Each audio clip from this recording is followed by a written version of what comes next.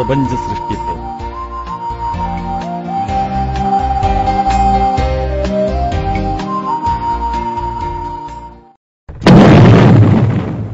പ്രപഞ്ച സൃഷ്ടിപ്പ്.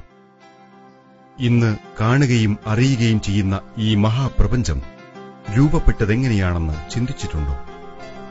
വിശുദ്ധ ഖുർആൻ ഇപ്രകാരം പറയുന്നു: ആകാശങ്ങളും ഭൂമിയും പരസ്പരം ഒട്ടിച്ചേർന്നതായിരുന്നുവെന്നും പിന്നീട് നാം അവയെ വേർപെടുത്തുകയാണുണ്ടായതെന്നും സത്യനിഷേധികൾ കാണുന്നില്ലേ? അൽ അംബിയ 30. ആകാശത്തെ നാം നമ്മുടെ ശക്തിയാൽ സൃഷ്ടിച്ചു, നിശ്ചയം നാം അതിനെ വികസിപ്പിക്കുന്നവനാകുന്നു. അദ്ദാരിയാത്ത് 47. ഒന്ന് ചിന്തിച്ചു നോക്കൂ. ചെറുതും വലുതുമായ കോടിക്കണക്കിന് നക്ഷത്രങ്ങളുണ്ട് ഈ പ്രപഞ്ചത്തിൽ.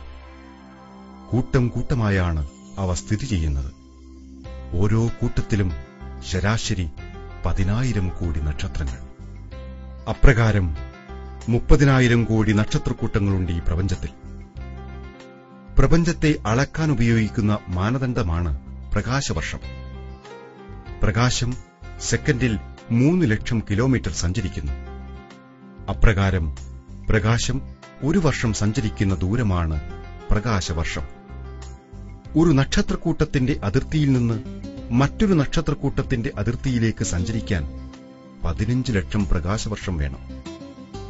ഇങ്ങനെയുള്ള 30,000 കോടി നക്ഷത്രക്കൂട്ടങ്ങളെ സൃഷ്ടിക്കുകയും അവയ്ക്ക് സഞ്ചാരപഥങ്ങൾ നിർണയിക്കുകയും സംരക്ഷിക്കുകയും പരിപാലിക്കുകയും ചെയ്യുന്ന മഹാശക്തിയാണ് അല്ലാഹു. അല്ലാഹു അഥവാ ദൈവം ഏകനാണ്. ഒരിക്കലും രണ്ടില്ല. രണ്ടു ദൈവങ്ങളില്ലെന്ന് പ്രപഞ്ചത്തിന്റെ സംവിധാനം നമ്മെ ബോധ്യപ്പെടുത്തുന്നു. പ്രപഞ്ചത്തിന്റെ നിലനിൽപ്പ് തന്നെ ആ യാഥാർത്ഥ്യത്തെ സ്ഥിരീകരിക്കുന്നു. ഒരൊറ്റ ഭാവനയും ആസൂത്രണവും നിർമ്മിതിയും നിയന്ത്രണവുമാണ് നമുക്കതിൽ കാണാൻ കഴിയുന്നത്. രണ്ട് ദൈവങ്ങളുണ്ടായിരുന്നുവെങ്കിൽ പ്രപഞ്ചം തന്നെ ഉണ്ടാകുമായിരുന്നില്ല. ഉണ്ടായാൽ തന്നെ നിലനിൽക്കുകയുമില്ല.